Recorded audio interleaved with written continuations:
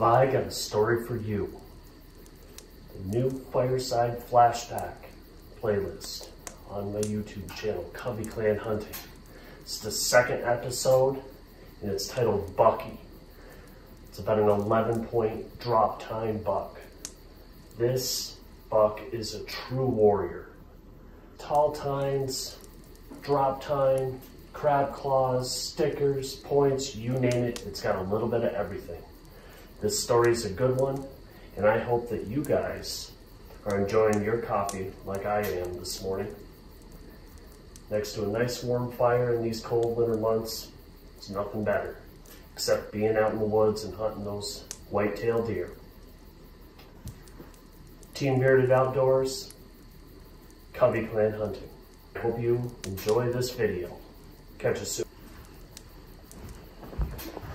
The rain fell lightly on the bright maple leaves in the hills of Bristol, New York. I waited intently as I looked down at the ground 15 feet below on this cool November morning in 2014. Fidgeting in my double tree stand, I focused on getting in the correct position to draw my bow and put an arrow in a big buck should it come my way. Sharply turning to my left, I was sure I heard a deer moving through the brush and leaves. False alarm. A pesky fox appeared instead. Frustrated, I wondered aloud, will I ever see a big buck in this location? As the light rain turned to a complete downpour, the saying, when it rains it pours, never seemed more true. I was reminded, however, of something my father once said.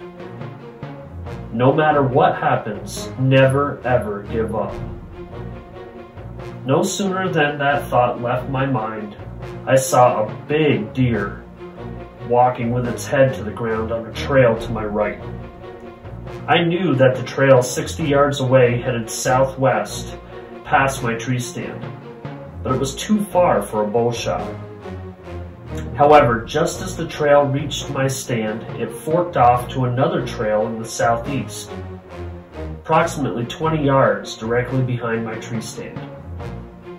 I slowly shifted my body to the right side of the stand, hooked up my release, and waited for the deer to take the favorable trail. The thickets and brush in the area prevented me from seeing the head of the deer. Suddenly, 20 yards away, he appeared. A big drop tine buck I called Bucky. I came to full draw in a flash, centered my sight just behind the shoulder and let it rip.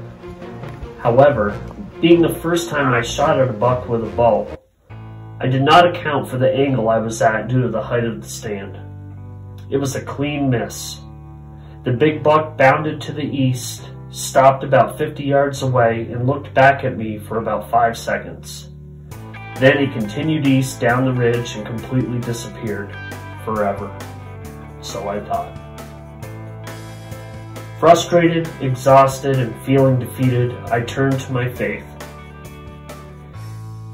Galatians 6:9 states, "Let us not become weary in doing good, for at the proper time we will reap a harvest if we do not give up."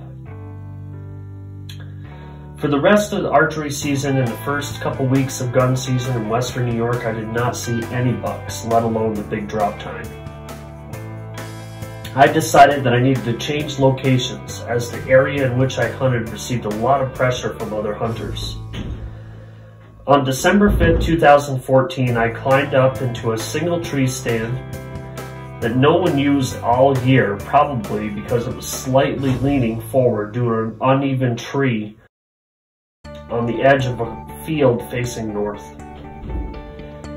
To my right was a trail downhill to the east, and just north of the trail was a thick set of pine trees.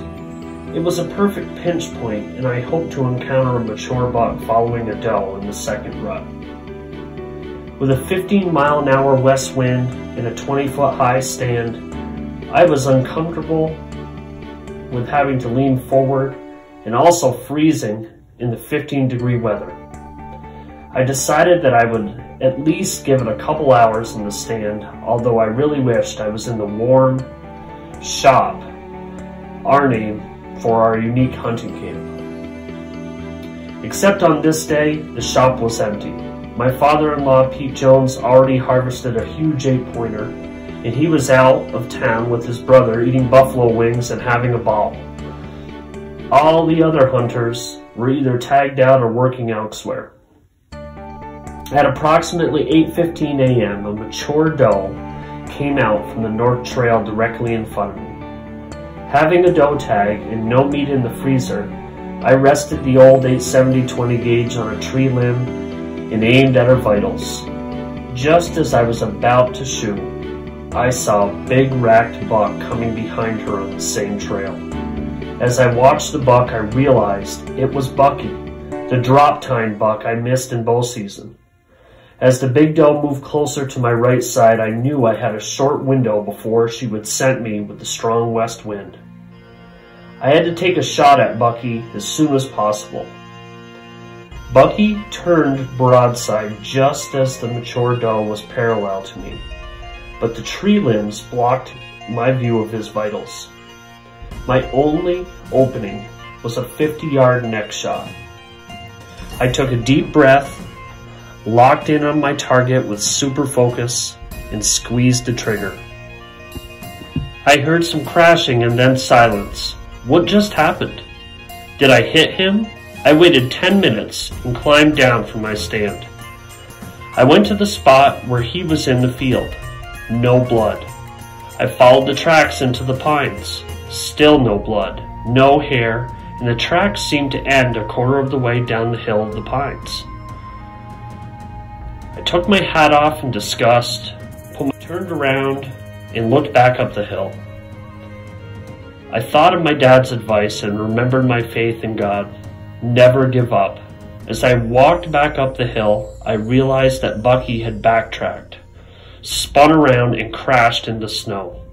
I walked right past him on my way down.